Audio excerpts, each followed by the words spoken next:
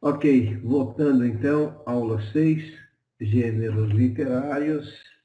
Profecia e revelação, na verdade, profecia acabamos de ver na primeira parte. Vamos agora para a revelação ou linguagem apocalíptica.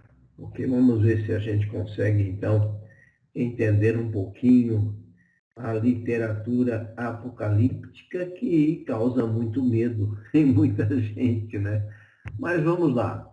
Então, literatura apocalíptica ou revelação, tá? A palavra apocalipse, como vocês podem ver aí, significa revelar, significa descobrir. Então, é revelação mesmo. Apocalipse é quando Deus, então, ou melhor, quando o Espírito Santo move o seu escolhido para revelar aquilo que ele tem como propósito. Não é? Então, Apocalipse, aí no grego, é exatamente essa palavra, Apocalipse, que significa revelar, que significa descobrir. Então, Deus vai descortinar o futuro para nós. Essa é a ideia do Apocalipse. Deus está falando a nós de uma forma clara, apesar de que nós vamos ver a questão do simbolismo, né, no Apocalipse, nessa literatura, mas a ideia é Deus se revelar a nós ou revelar aquilo que está para acontecer ou aquilo que já aconteceu, como nós vamos ver aí nesse tipo de literatura. Então, a literatura apocalíptica é um gênero de literatura judaica. Então, é importante nós entendermos isso, porque assim nós vamos saber interpretar melhor. Caracterizada pelo uso de imagens simbólicas. Logo, nós não podemos fazer uma leitura literal de uma literatura apocalíptica. Então, se tem imagens simbólicas, nós devemos tomar todo cuidado para nós não inventarmos história em cima de uma literatura que requer muito cuidado. Então, ela tem essa característica, né, pelo uso de imagens simbólicas para revelar as operações, providências e as operações providenciais e misteriosas de Deus por trás do cenário histórico e seus planos vindouros quanto ao futuro. Então, quando a gente lê esse tipo de literatura, então a gente vai ter que ler entendendo a questão da característica da simbologia. E é por isso que a literatura apocalíptica ela não é de fácil interpretação. E exatamente por isso vocês vão ver que existem várias possibilidades, não diria possibilidades, mas várias formas de interpretação do Apocalipse. Então, nós vamos ver aqui alguma coisinha hoje. Então, essa palavra revelação, aí em vermelho, Apocalipse em grego. Então, esse texto de Apocalipse 1, de 1 a 3, revelação de Jesus Cristo que Deus lhe deu para mostrar aos seus servos as coisas que em breve devem acontecer e que ele, enviando por intermédio do seu anjo, notificou ao seu servo João, o qual atestou a palavra de Deus e o testemunhou a Jesus Cristo quanto a tudo o que viu. Bem-aventurados aqueles que leem e aqueles que ouvem as palavras da profecia e guardam as coisas nela escritas, pois o tempo está próximo. É interessante essa expressão aí, bem-aventurados aqueles que leem e aqueles que ouvem. Por que nós temos essa expressão? Porque na igreja ou nas igrejas ali do primeiro século, porque Apocalipse foi escrito por volta do ano 90, então está dentro do primeiro século. O hábito era que alguém lesse a carta e os demais ouvissem. Então Jesus, ou João, né, o escritor, né, vai relatar isso desta forma: bem-aventurados aqueles que leem. Ou seja, todos aqueles líderes que tinham esse ofício de fazer a leitura da carta perante a congregação. Aqui ele está dizendo que essa pessoa, que esses líderes eram bem-aventurados, ok? Então, esses que leem e aqueles que ouvem. Então, havia uma leitura para um número de ouvintes. Então, tanto os leitores como os ouvintes aqui se referem, então, a essas pessoas que eram bem-aventurados. Por que eu estou trazendo essa explicação? Porque a impressão que dá, quando nós não temos essa informação, que bem-aventurados aqueles que leem, por exemplo, nós vamos associar o seguinte: então se eu ler Apocalipse, eu vou ser mais do que feliz. É isso que significa bem-aventurados. Eu vou ser bem-aventurado se eu ler Apocalipse. Não é nesse sentido. É lógico que a leitura debaixo da iluminação do Espírito Santo nos faz bem-aventurados. Mas a interpretação correta aqui era que aqueles líderes que liam as cartas ali nas igrejas do primeiro século, esses eram bem-aventurados porque eles estavam sendo mensageiros de Deus. Assim como os pastores hoje, quando fazem a leitura, quando fazem a pregação, quando trazem a mensagem de Deus, debaixo da unção e da autorização do Espírito Santo, eles são bem-aventurados. Essa é a ideia. E aqueles que ouviram, ou aqueles que ouvem atentamente a mensagem. Muito bem, então vamos lá. Característica da leitura apocalíptica. 1. A expectativa da invasão de Deus na era presente para proclamar uma existência qualitativamente diferente na era vindoura. Então, o que significa isso? Quando a gente lê Apocalipse, ou uma literatura apocalíptica, que nós vamos citar aqui Daniel e o próprio livro de Apocalipse, nós temos essa expectativa de que Deus vai interferir na história. Não tem como ser diferente. Então, vai haver uma interferência, né, uma invasão de Deus. Deus vai agir, ele vai interferir. O mundo ele não vai continuar como está. É isso que nós devemos entender dentro de uma linguagem apocalíptica.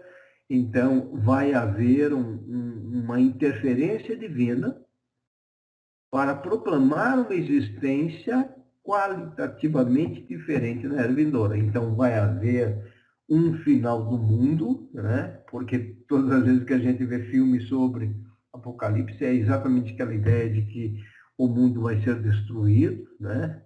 E se nós pensarmos em termos de Apocalipse bíblico, nós vamos ver, por exemplo, esta era sendo finalizada. Então, se nós pegarmos as sequências da segunda vinda de Jesus, do arrebatamento, aí nós vamos ter a destruição desta terra, o juízo final e então novos céus e nova terra, conforme Apocalipse 21. Então, esta terra realmente ela vai ser destruída pelo fogo, né? Quem relata isso é o apóstolo Pedro na sua segunda carta, né? Que os elementos ardendo se incendiarão ali naquela linguagem que ele traz ali, já é uma linguagem apocalíptica, então mostrando que o planeta Terra vai ser destruído realmente. E aí nós teremos novos céus e nova terra, onde passaremos a eternidade, onde habita a justiça de Deus, né? Essa é a linguagem de Pedro. Segundo item, o uso de um mediador ou de mediadores angélicos para comunicar a mensagem de Deus a um porta-voz, um receptor escolhido. Então, nós temos essa característica também. Nós temos um mediador. Então, por exemplo, Jesus, quando ele escreve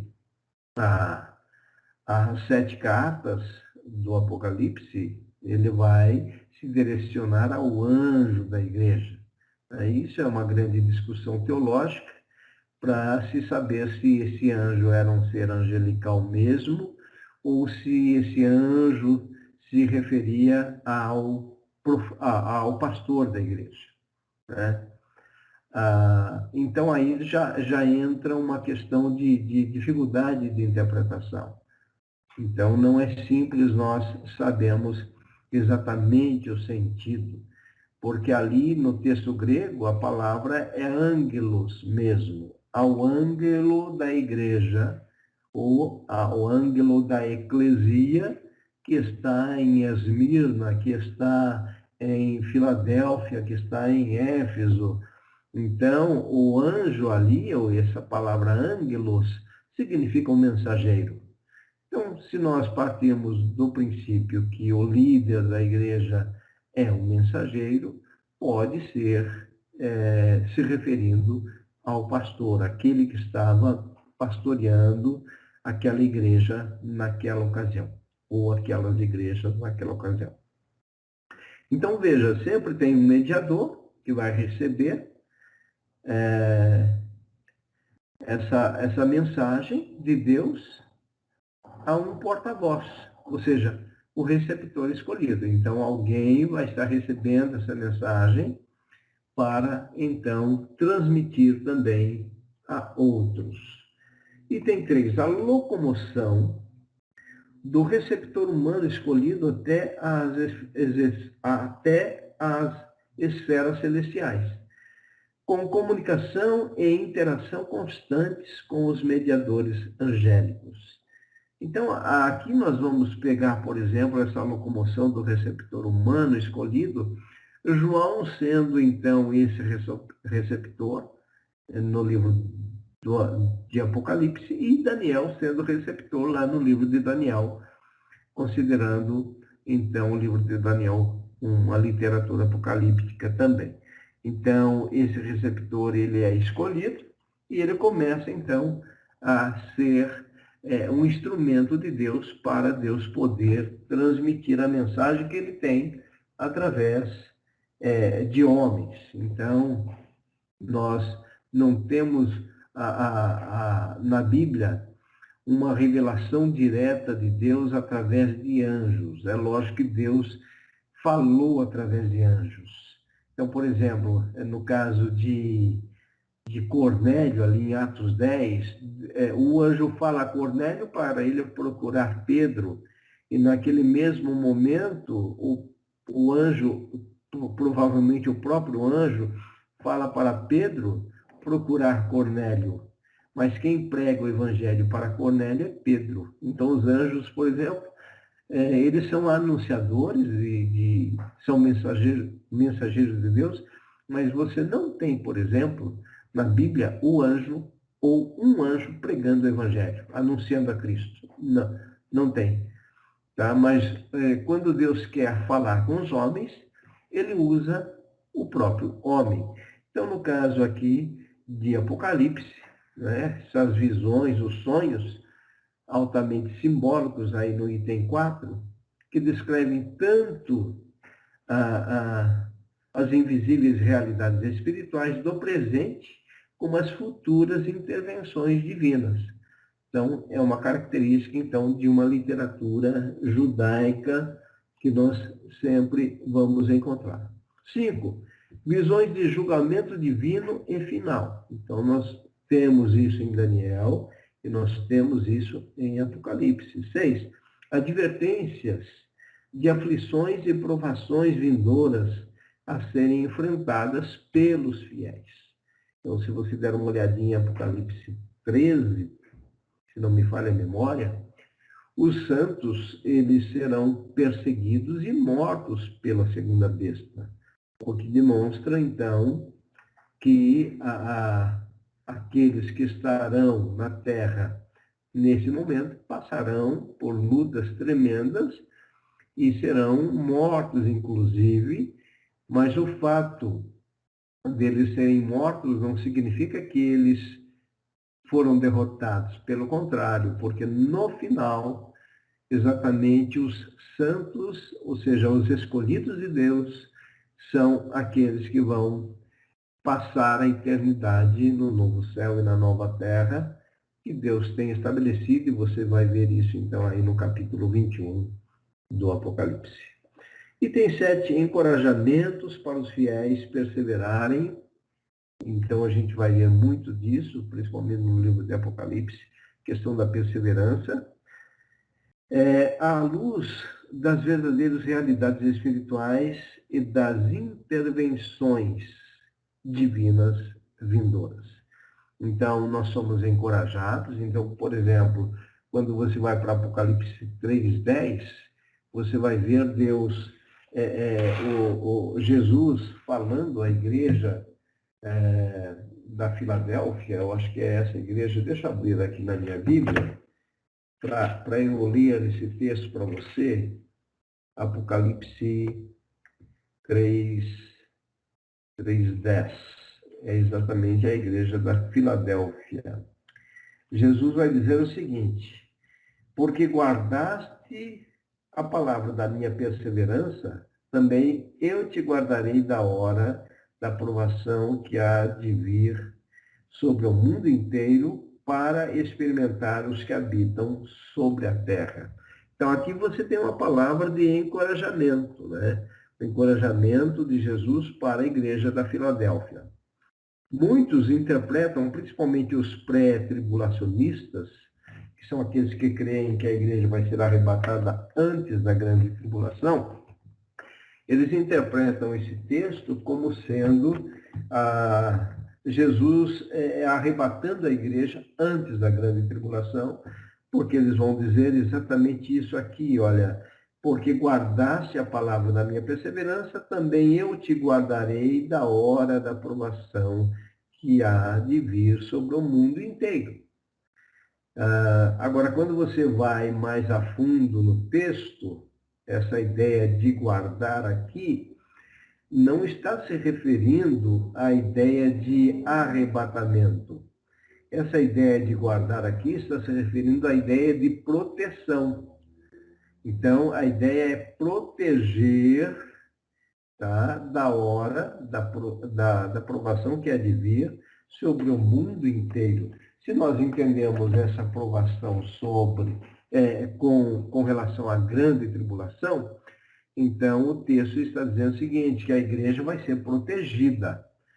Mas não está implícito no texto aí que a igreja vai ser arrebatada antes. Tá? Agora, os pré-tribulacionistas, eles vão bater na tecla e dizer que esse texto fala do arrebatamento da igreja antes da grande tribulação. Agora, essa discussão já dura 2000 anos e nós vamos ter que aguardar para saber quem está correto. Se os mid, aqueles que creem que a igreja vai ser arrebatada no meio da grande tribulação, ou se os pós-tribulacionistas, que são aqueles que creem que a igreja será arrebatada depois da grande tribulação. Ok? Mas isso é um detalhe que nós estudaremos em escatologia. Então, temos todas essas correntes escatológicas aí com relação ao arrebatamento da igreja. O importante é que seremos arrebatados. Isso que é importante. Muito bem. Livros canônicos considerados, então, do gênero apocalíptico. Então, Daniel, principalmente a primeira metade, contém narrativas sobre os judeus. Então, a primeira metade do livro de Daniel não é linguagem apocalíptica. A primeira metade, né, do capítulo 1 ao capítulo 6, por exemplo, nós vamos ter ali é uma linguagem de narrativa histórica, tá? Vai falar ali sobre os judeus. A partir do capítulo 7 ao 12, aí nós temos uma linguagem apocalíptica no livro de Daniel. O próprio Apocalipse, né, ele não é todo ele uma linguagem apocalíptica, não é todo o conteúdo do Apocalipse que é gênero apocalíptico. É isso que nós estamos dizendo. Porque se você pegar Apocalipse de 2:1 a 3:22, nós temos as cartas. Tá? Nós temos as cartas de Éfeso, ou a carta para a igreja de Éfeso, né? Se nós dermos uma olhadinha aqui, a primeira carta começa aí no capítulo 2, carta à igreja em Éfeso, depois Esmirna, que começa em 2:8, depois a igreja de Pérgamo, que começa em 2:12, depois nós vamos ter a carta à igreja de Tiatira, que começa no versículo 18 do capítulo 2. No capítulo 3, a partir do versículo 1, começa então a carta à igreja de Sardes. Lá no versículo 7 do capítulo 3, carta à igreja em Filadélfia. E a partir do versículo 14 do capítulo 3, nós temos a carta à igreja de Laodiceia. Então, nós temos aí as 7 cartas. E a partir, então, do capítulo 4 do Apocalipse, nós vamos encontrar várias visões. A visão do trono, no capítulo 5, a visão do livro selado, e assim sucessivamente. Tá? Não é a intenção hoje estudar o Apocalipse, é apenas mostrar, então, que dentro da própria literatura apocalíptica, nós temos cartas, nós temos narrativas, ok? Elementos isolados que são considerados do gênero apocalíptico. Isaías, capítulo 24 a 27, Ezequiel 38, 39, que fala ali de Gog e Magog, um assunto bastante difícil, de difícil interpretação. Né? Zacarias, capítulo de 1 a capítulo 6. Marcos 13, que é exatamente o sermão escatológico de Jesus. Lucas 21, que é o mesmo sermão escatológico. E Mateus 24, que é o mesmo sermão escatológico. Então, quando fala gênero apocalíptico, na verdade, nós encontramos esse gênero, repito, em Daniel, em Apocalipse principalmente, e também em partes isoladas. Então, é importante a gente ter essa noção. Agora, interpretando Daniel, tendo uma noção aí sobre a interpretação de Daniel. Então, Daniel foi escrito no século VI antes de Cristo. Então, essa informação é importante. O esboço dos capítulos, né, de 7 a 12, como eu disse, de 7 a 12, tem essa característica de gênero apocalíptico. Na letra A, vejam só, descrevem grandes mudanças de poder internacional nos séculos vindouros, com ênfase especial para as batalhas do século II a.C. Então, nós vamos ter ali grandes impérios, né? o Império Macedônico, Grego-Persa. Quando chega no segundo século, nós vamos ter aí, por exemplo, Antíoco IV Epifânio. Ele foi um rei da dinastia Seleucida que governou a Síria, olha só, entre 175 a.C. e 164 a.C. Inclusive, quando nós estudamos Daniel capítulo 9, quando ele fala, Daniel 9, 27, quando ele fala sobre o abominável da desolação, eu vou ler aqui o texto para vocês, Daniel 9, para vocês darem uma olhadinha. e entenderem o que Daniel está dizendo aqui, e Jesus cita Daniel 9 também no seu sermão escatológico. Daniel 9, 27, ele vai dizer, e ele firmará aliança com muitos por uma semana. Na metade da semana fará cessar o sacrifício e a oferta de manjares. Ponto e vírgula. E aí ele vai dizer o seguinte, sobre as asas das abominações virá o assolador, até que a destruição que está determinada se derrame sobre ele. Então, essa linguagem aí sobre a asa das abominações, na verdade, segundo alguns teólogos, é uma profecia de dupla referência. O que significa isso? Eles dizem que a primeira vez que essa profecia se cumpriu exatamente com Antíoco IV Epifânio, entre 175 e 164 a.C. Então, veja só, o que aconteceu com Antíoco IV Epifânio? Ele mandou sacrificar uma porca no santíssimo lugar do templo. Tá? Então, nesse período, ele manda invadir o templo e uma porca é sacrificada. E muitos judeus são mortos nessa ocasião. Então, segundo alguns teólogos, eles entendem exatamente esse período como sendo cumprimento dessa abominação. Então, o abominável entrando no templo e provocando, então, essa abominação. Né? Essa palavra abominação, o que é abominável para Deus, é algo que causa náusea, algo que causa realmente vômito em Deus. Né? Essa é a ideia. Então, essa profecia, segundo alguns teólogos, ela tem dupla referência porque ela se cumpriu aqui nessa pessoa do Antíoco Epifânio. Agora veja, quando você vai para o sermão escatológico de Jesus, nós vamos ver também Jesus falando sobre, vamos dar uma olhadinha em Mateus 24, né?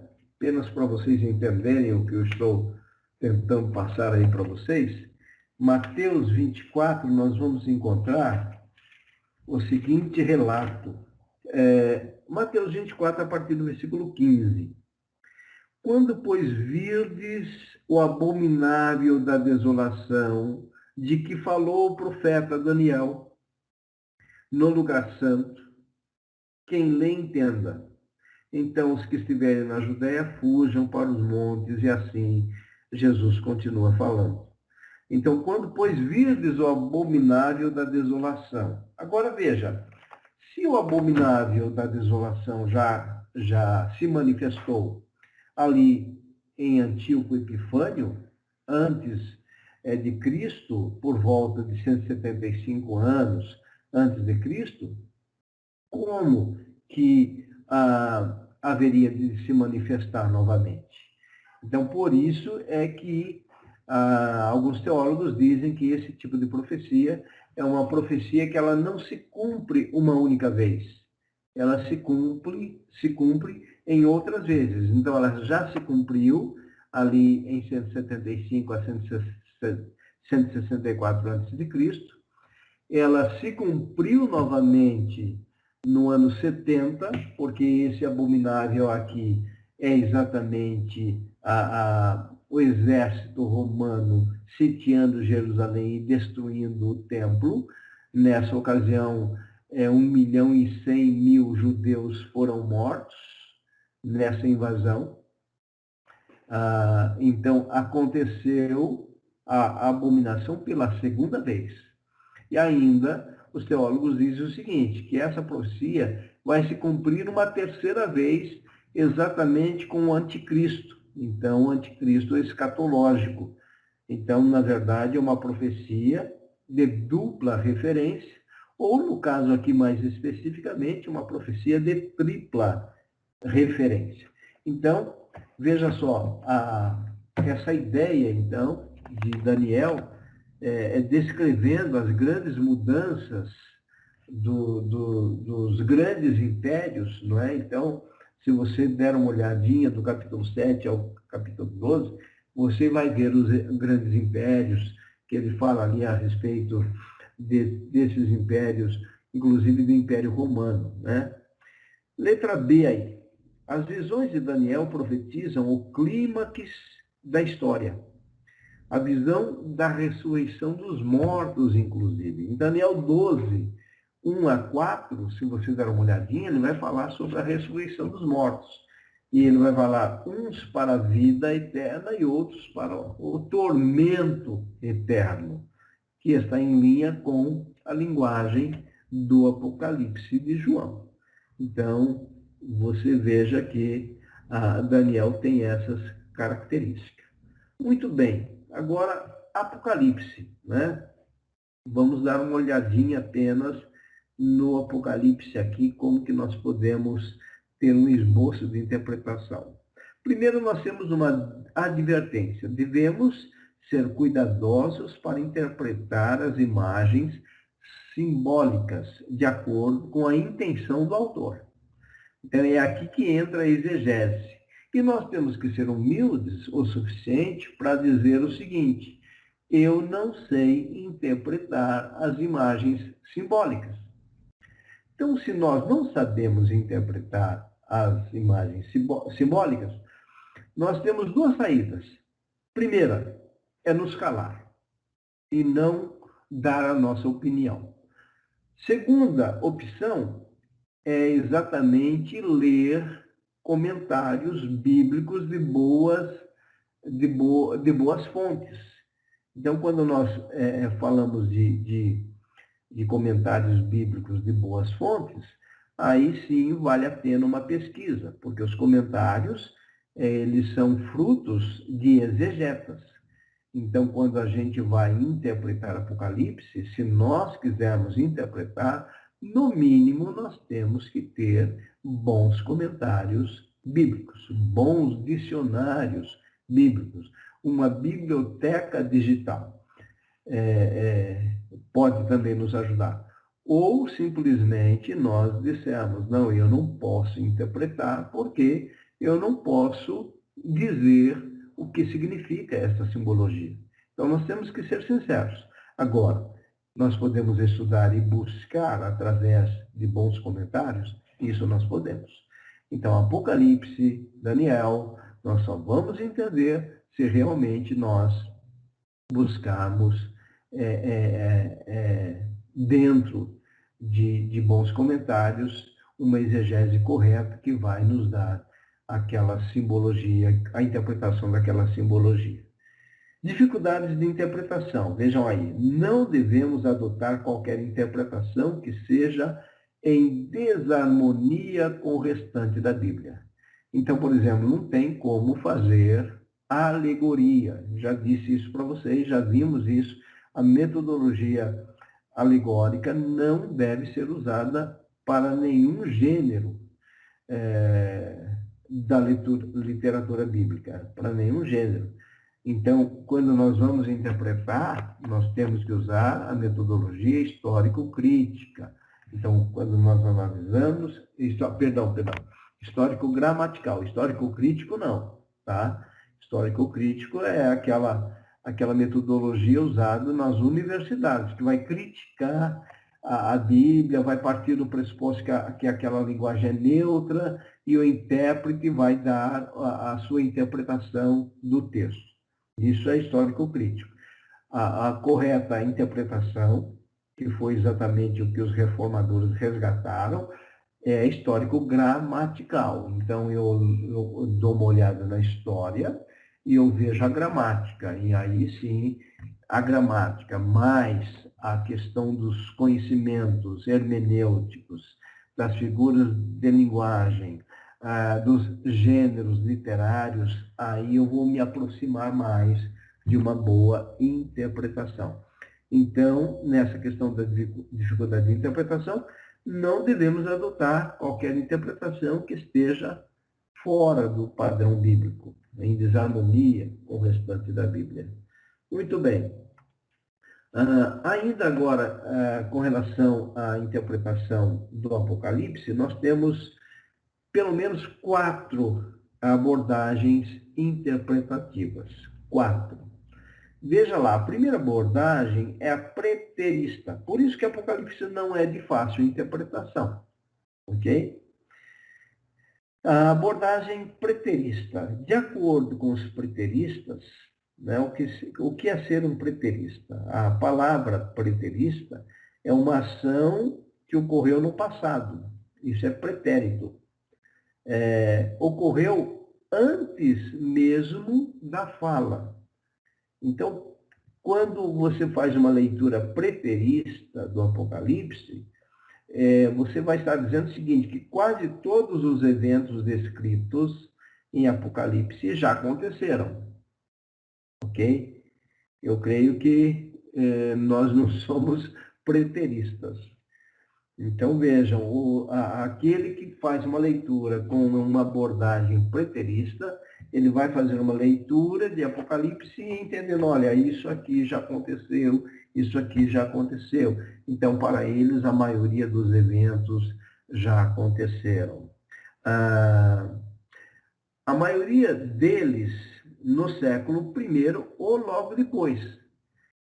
Os preteristas associam muitos dos símbolos cataclísmicos em Apocalipse aos acontecimentos que ocorreram em 70 depois de Cristo. Novamente aqui, olha, 70, o que aconteceu mesmo? O Império Romano invade Jerusalém, destrói o templo, mata 1.100.000 judeus. Então, para muitos preteristas, aqueles eventos já aconteceram aqui no máximo no primeiro e segundo século. Ok? Então é essa a ideia dos preteristas. Muito bem. A abordagem historicista. Veja só. Os historicistas abordam o Apocalipse como uma planta de toda a extensão da história da igreja. Assim, porções do livro descrevem o passado, enquanto outras descrevem o futuro. É possível que você seja um pouquinho historicista. É uma tendência, né, de nós olharmos para Apocalipse e entendermos que alguns eventos já ocorreram, ok? Já algumas porções do livro já descrevem o passado, realmente, enquanto outras descrevem o futuro. Muito bem. Continuando. A abordagem idealista. Os idealistas veem Apocalipse como descrevendo as realidades espirituais que reaparecem no decorrer da história da igreja, até a consumação final. Então, a maioria daqueles que estudam Apocalipse vem dessa forma, de uma forma idealista. Ou seja, eles vão ver, né, vão fazer uma leitura descrevendo as realidades espirituais que reaparecem no decorrer da história, até a consumação final. Então, por exemplo, os idealistas eles vão associar as 7 cartas a períodos da história. Então, dentro disso, alguns dizem que nós estamos no período da igreja de Laodiceia, né, que seria o pior período, aquela igreja que foi considerada rica, porém Jesus chega para ela e fala, não, você é pobre, é cega e nu.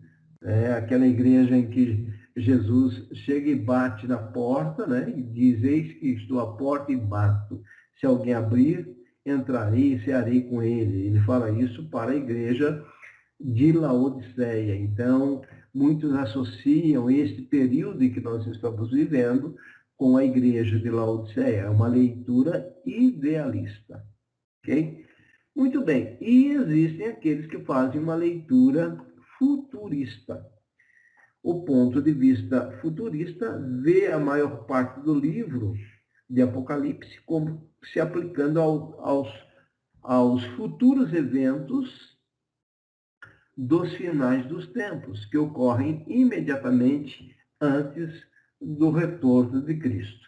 Então, eles vão fazer essa análise e vão ler, então, essa ideia dos selos, das taças, como sendo eventos finais dos tempos, que ocorrem imediatamente antes do retorno de Cristo. Então, vejam que cada abordagem lê de uma forma a Apocalipse.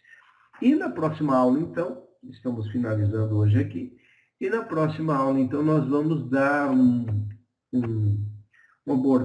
vamos entender um pouquinho mais cada uma dessas abordagens. Então, nós vamos entrar um pouquinho mais a fundo na abordagem preterista, na abordagem historicista, na abordagem idealista e na abordagem futurista. Ok? E então, hoje nós ficamos por aqui. Espero que essa aula tenha sido útil, pelo menos para despertá-lo a continuar estudando e buscando mais e mais conhecimento para nos tornarmos bons leitores da palavra de Deus.